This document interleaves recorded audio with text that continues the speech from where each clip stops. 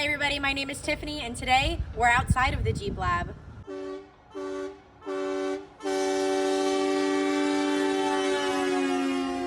Today we're here with Harris from Gear America. All right, so a few quick do's and don'ts about your winch.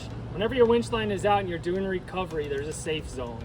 You want to make sure that nobody's in the space between your rig and the other rig, or your rig and a tree. Because if something were to break, these lines can become dangerous and whip around and cause a lot of damage and death. So you want to respect the winch when you're using it. Second, before you ever use your winch, for the very first time, you need to pull all of your line out and then spool it back on.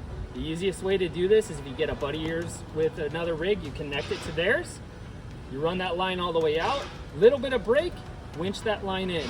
Make sure you're going back and forth. Also, always use gloves when utilizing your winch. All right, so there's multiple different winches out in the market. This one particularly is the Open Road 9500 winch. This comes with a synthetic winch line. There are the ones that come with a cable as well. So the big difference is this is made of a synthetic rope, and then the other one is obviously made of cable.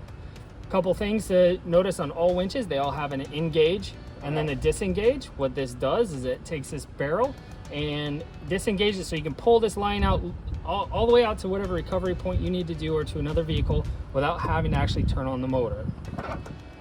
When you go to use it, make sure you re-engage before you start to use it.